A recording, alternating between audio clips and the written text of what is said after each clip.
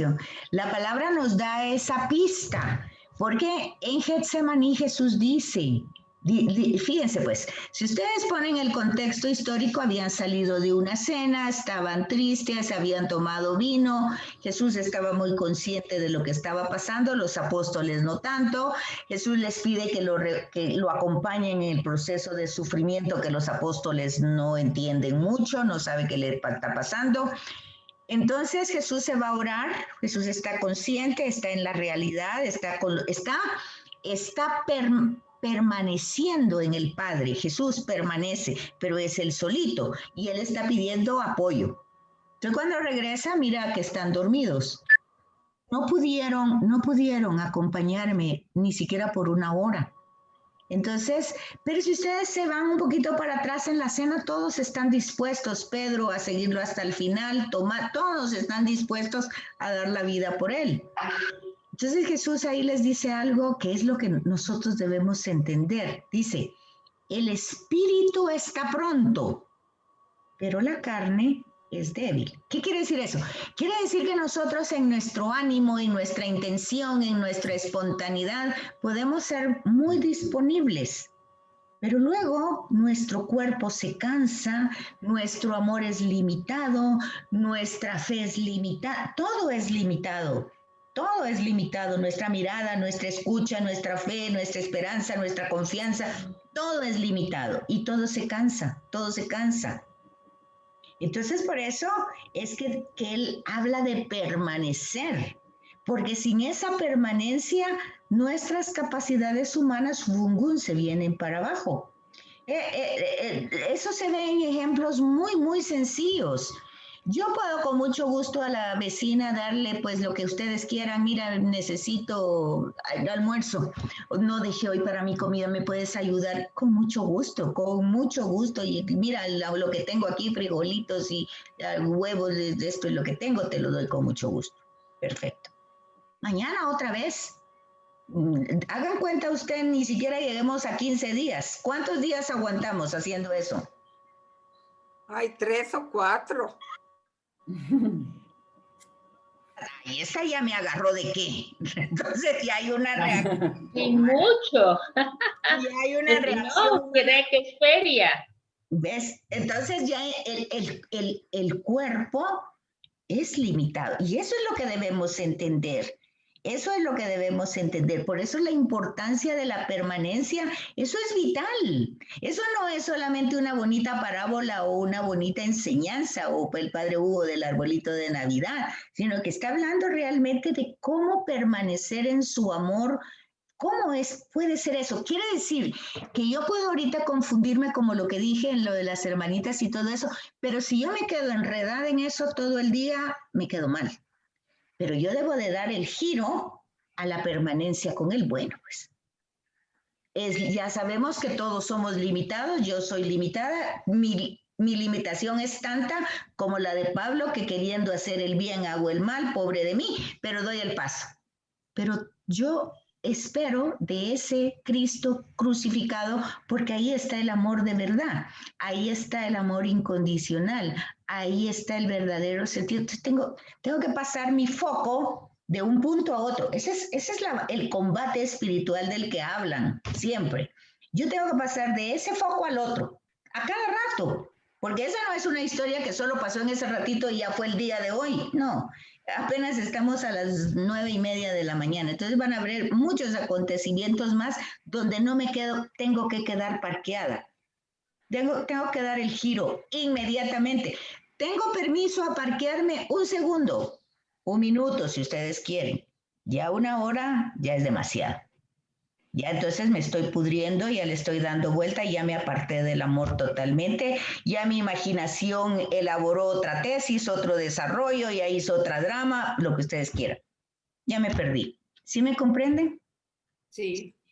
Esa es la importancia de la permanencia. O sea, entender nuestros límites y enfocarnos entonces en un amor de Dios que conoce nuestros límites y que justamente por eso es salvador, porque nos salva de esos límites, nos libera de esas esclavitudes Eso hay que creerlo, porque eso está en la palabra, eso no lo está diciendo un filósofo, ni lo está diciendo un doctor, ni siquiera yo, eso está ahí en la palabra. Él es el testigo, el que da testimonio, él es el receptor de la vida, del amor, y él permanece ahí con él. Entonces, eso hay que creerlo y hay que vivirlo. Entonces, ese cambio, ese giro, es un giro que no se puede improvisar. Si no se trabaja, no se hace. Y de repente ni me doy cuenta. Fíjense, yo no sé si a ustedes les ha pasado, pero de repente ustedes pasaron inadvertido una mirada, un gesto, pero ahí se quedó en la mente. Y ustedes se sienten incómodos, y va el día, y uno va como con cierto cansancio caminando el día. ¿Qué necesita uno? Tiene que pararse. Bueno, ¿qué tengo? ¿Qué es lo que me está molestando? Es como que es una piedra en el zapato, pero no hay tal piedra. Es algo que se quedó ahí. Ajá. Entonces yo tengo que parar y decir, bueno, Señor, ¿qué es? ¿Qué es lo que está? ¿Qué pasó? ¿Qué entró y no me di cuenta? ¿Dónde estuvo? ¿Qué fue? Tengo que estar en ese proceso. Eso es 24 horas. Eso es siempre. Y de eso es desde cuando nos vamos a acostar y hacemos nuestro examen de cómo fue el día, qué fue, qué pasó, dónde me perdí, todo eso entra en la vida cristiana de la palabra. Porque tenemos que ver dónde me desconecté, en qué parte me faltó. Y no es difícil, pero sí es algo que debemos hacer un hábito. Porque si no, hay muchas cosas que pasamos desapercibidas y después decimos, ayer tuve un día terrible y ni sé por qué. No sé qué me pasó, no sé si me deprimí, no sé si estaba estresado. Bueno, no sabemos nada, ¿verdad? Fue un día que lo perdimos. Pero no, tenemos que recuperarlo porque tenemos que asumirlo. Porque acuérdense que si Jesús salva a la humanidad es porque la asume. Entonces hay un texto que dice, lo que no se asume no se redime. Entonces nosotros debemos entender eso, ¿verdad? Desde la palabra de Dios. Entonces, bueno, seguimos aquí con que la búsqueda de la unidad oculta, que teológicamente hablando depende de Dios, autor de esta historia y autor literario de la historia narrada. Ok, aquí hay que matizar eso. Sí es autor de la historia, diseñador del ser humano, todo lo que ustedes quieran, pero en el tema de la letra, de escribir, ahí es lo que hemos visto, ¿verdad? Las historias fueron narradas, aquí lo dice, y el autor literario ya vemos que es infinidad de personas, de infinidad de culturas, de infinidad de épocas, de tiempos, de idiomas, de maneras de entender la vida. Todo eso está ahí. Y todo eso nosotros hemos de entender que cuando todo se recopila y se pone, se junta, es porque todo las distintas épocas, las distintas personas han encontrado esa luz y han interpretado esa luz desde el Espíritu Santo, o sea, desde Él, desde Dios. Y entonces es una condición imprescindible para la comprensión teológica. ¿Qué quiere decir eso? Quiere decir que aunque hayan 1 millón de agiógrafos o más, y de personas que escribieron y de textos que se arruinaron y que volvieron a transcribir, nosotros no tenemos que perder el hilo conductor del texto de la historia de la salvación, que es Dios llevando ese hilo conductor. ¿Cómo lo entendí yo, por ejemplo, hoy con esto de las monjitas, por ejemplo, y de esto de las hostias? Bueno, dije yo, bueno, tal vez yo entendí, aquí viene la interpretación, de que lo que debía hacer era una ayuda llevando las hostias. Pero en el plan de salvación de la humanidad y de Dios, autor de la vida y autor de todo lo que existe, creador de todo, pues en su plan magnífico, pues seguramente hay otra cosa más importante que se me escapa. Entonces, el hecho es que yo no me voy a quedar dando vueltas en que si lo hice bien o lo hice mal, lo hice de la mejor manera, con la mejor intención y está puesta en las manos del que sabe cómo lo tiene que hacer. Entonces, esa línea es una condición imprescindible para darme cuenta que ni siquiera mi razonamiento y mi interpretación tiene que ser la perfecta. porque no lo puedo entender todo ni puedo estar en todo. Tengo que entender la limitación de esa comprensión también. Y puedo entender la limitación de la hermanita, la limitación del sacerdote, la limitación de la madre superior, todas las limitaciones. Pero sobre todas esas limitaciones, pues está lo que dice aquí, que todo depende de Dios, que es el autor de la historia. Y entonces es el autor de lo que al final nos llegó. ¿Qué nos llegó al final? Pues que permanezcamos en el amor, no en nuestras limitaciones, porque si nos quedamos en nuestras limitaciones nos perdemos, ¿verdad? Sí, Susi. Mira, mi pregunta es esta. Cuando tú no estás de acuerdo con la interpretación, ya sea de un maestro de la escuela de la fe, ¿es válido? Sí, es válido. Okay. Ayer estuve en una conferencia con un teólogo español. La conferencia fue desde España. Aquí fue a las 10 de la mañana, ya era a las 9 de la noche, algo así. Y él dijo una cosa que ahorita no lo tengo a la mano porque lo apunté. Dice, Dios no se enoja, él es un teólogo, y digo, Dios no se enoja porque la gente no crea, dijo. Se enoja porque la gente no piensa. Bueno, esa fue una manera de decir, Dios no se enoja nunca, ¿verdad? Pero fue una manera de decir que a mí me dio risa, porque es lo que tú estás diciendo. Si tú piensas, puedes no estar de acuerdo con lo que está diciendo otra persona, ¿verdad?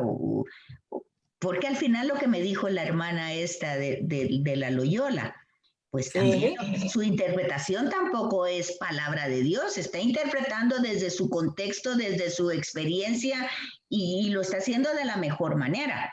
Pero puede ser que mi interpretación sea desde otro contexto, desde otra manera. Es lo que hablábamos hace un rato, la diversidad. Pero dentro de esa diversidad no tenemos que perder ese tema que todo depende de Dios. Esta parte que está aquí, esta. Depende de Dios, todo. Entonces, donde hay que permanecer es en Él, no en los comentarios ni en las opiniones, ¿verdad? ¿Y dónde está claramente el amor de Él? Pues justamente no está ni en nuestros actos ni en nuestros méritos, está en la cruz. Fíjense, y eso lo dice Pablo con mucha claridad. Dice, yo no entiendo mi proceder, porque hago el mal que quiero y no hago el bien que quiero, dice, ¿verdad? Yo sí entiendo su proceder, le contesté yo un día. Yo sí entiendo, porque sé porque usted es un ser limitado, como lo somos todos, pero él da ese paso. Pero me glorío en Jesucristo y muerto y resucitado. O sea, ahí está el amor. Ahí es donde tenemos que enfocarnos, no en nuestros límites que los debemos de conocer, pero no que tenemos que anclarnos en ellos. Los tenemos que conocer porque así nos damos cuenta de nuestras limitaciones. Pero al mismo tiempo, si nos enfocamos en el amor de Dios, nos damos cuenta de su amor incondicional, de su amor eterno, sublime, y entonces tenemos actitud de agradecimientos y de gozo y de alegría, que es lo que dice la palabra de hoy. Si permanecen en mi amor, su alegría será plena. ¿Por qué va a ser plena? Porque entre tanta limitación y Él hace todas las cosas para que salgan bien, qué maravilla. Entonces, y no estamos hablando solo de las cosas materiales, sino de la vida eterna. Pude haber cometido 1000 errores a lo largo de mi historia, pero Él está ahí, pendiente de que yo vaya avanzando. Entonces, el enfoque, el quedarse, el permanecer en ese amor, y ese amor está ahí en la cruz, es el paso más maravilloso que hay. Pablo lo dice con esa magistralidad como él lo hace, ¿verdad? Entonces, cuando más se consigue, no tanto afirmar, cuanto mostrar y demostrar críticamente la continuidad, los hilos ocultos que unen los acontecimientos tan diversos y lejanos, los libros, las concepciones tan diversas y lejanas entre sí, entre el tiempo, entre los géneros, todo eso que estamos diciendo, todo eso es una gran diversidad a través de los siglos. Tanto más se contribuye a la interpretación y comprensión propiamente teológica de la Biblia. O sea, lo que no tenemos que perder es el hilo conductor. ¿Y cuál es el hilo conductor? Dios desde el principio se ha revelado como Salvador, que salva a la humanidad por amor. No hay otra intención. Ese es el hilo conductor. No hay otro. Ese es el hilo. Que en los géneros literarios se va a hablar de castigo, de esto, de inundaciones. Hay que entender el contexto, hay que entender el género, hay que entender la época, pero ahí lo que va narrado es cómo salvó Dios. O sea, si hubo un diluvio, perfecto, pero ¿cómo salvó? Pues ahí está Noé, la imagen de Noé. Esa fue la salvación. Una familia, los animales, que bueno, que ya la gente después va a estar hablando y decir, bueno, ¿y para qué si iban parejas de animales, por qué iban los piojos, las pulgas? Ay, Dios mío, no está, ese no es el relato, ese no es el mensaje. El mensaje no es biológico, decir que ahí iban pulgas, piojos, niguas, ¿para qué fueron eso con los animales si no iban a servir?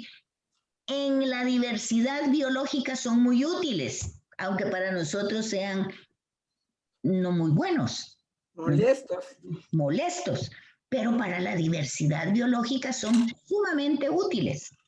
Entonces, todas esas cosas nosotros pero el tema no está en eso, en qué animal faltó que no mencionaron ahí, que no entró, y bueno, y entraron dinosaurios, y cómo entraron las ballenas, y que, ese no es el tema, ¿me comprende? Ese no es el hilo conductor. Sí, Susi. No, ya me lo contestaste. Ah, bueno.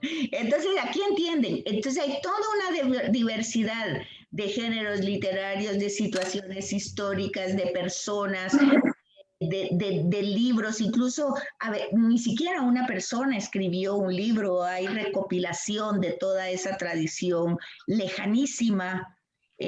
Pero dice, tenemos que ubicarnos en esos contextos para esa comprensión y esa interpretación contribuya a que se haga vida en las personas.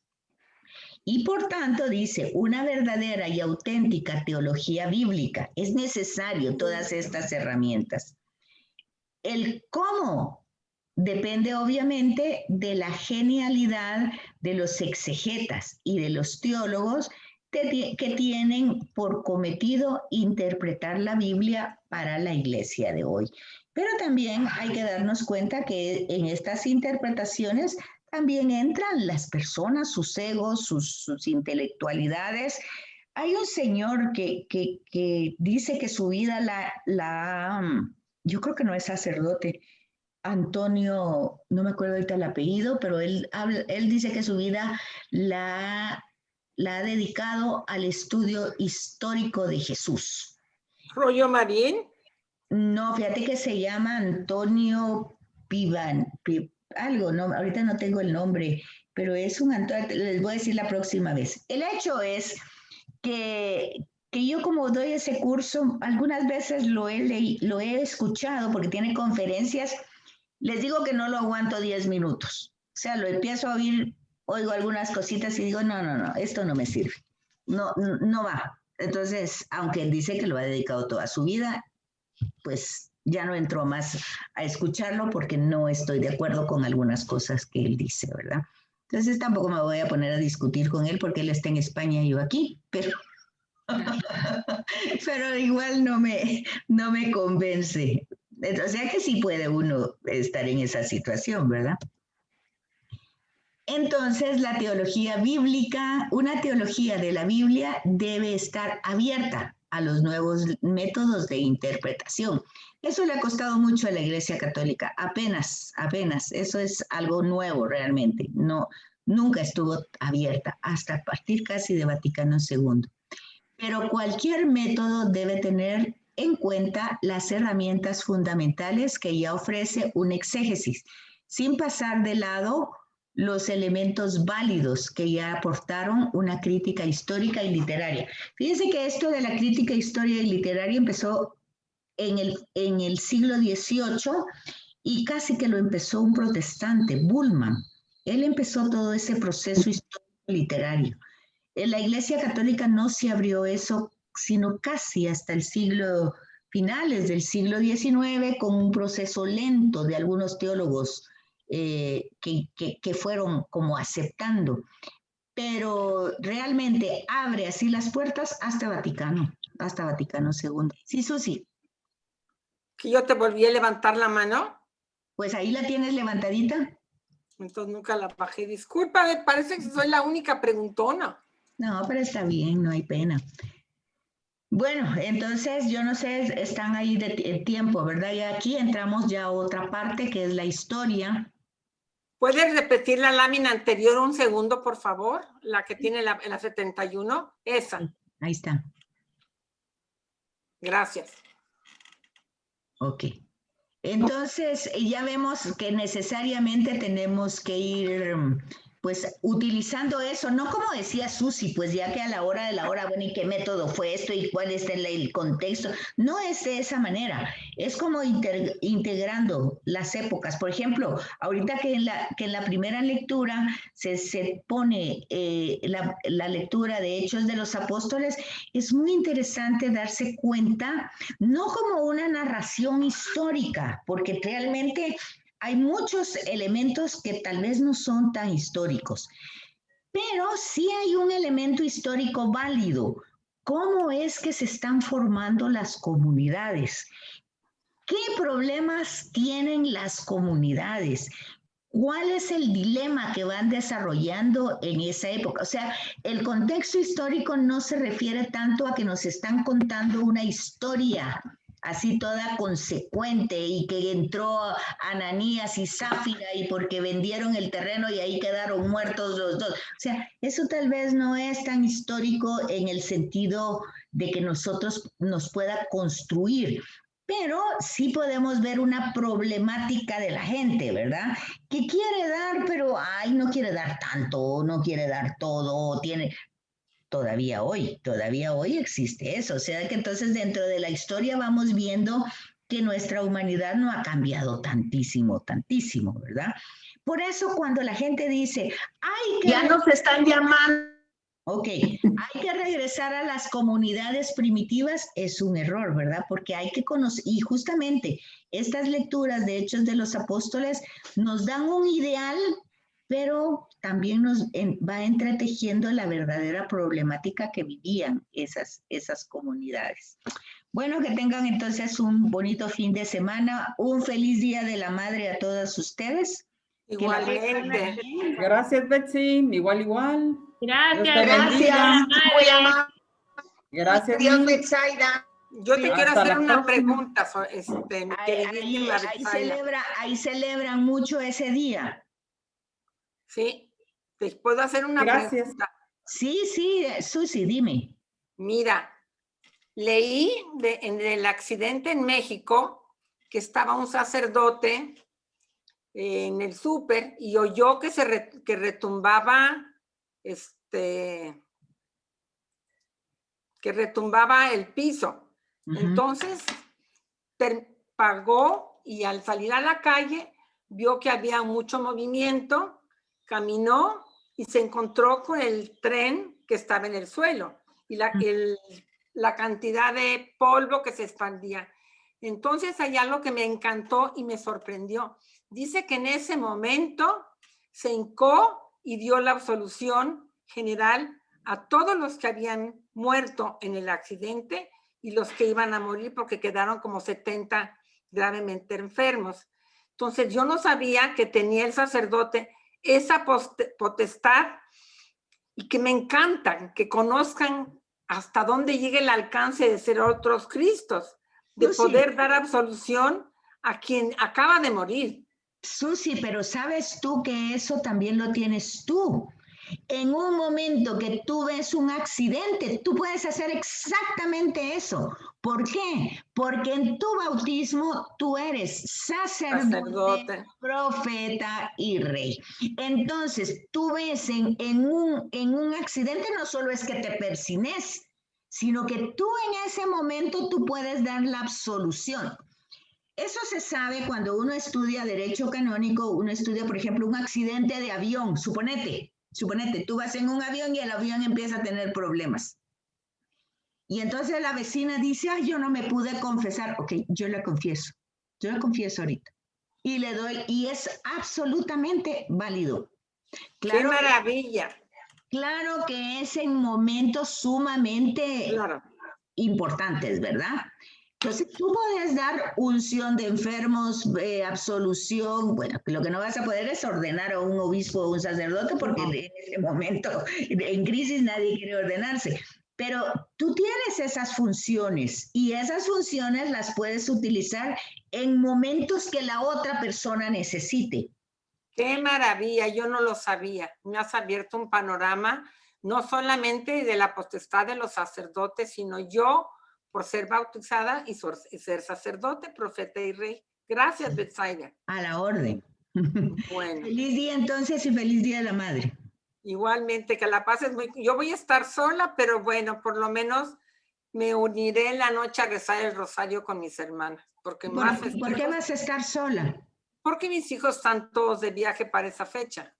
Oh, ¿y tu esposo cómo está? Bien, dormidito. Bueno, me alegro Bueno. entonces que estén todos bien y nunca estás sola. Tú contesta como Jesús. Yo nunca estoy solo, estoy con el Padre y Él siempre está conmigo. Ok,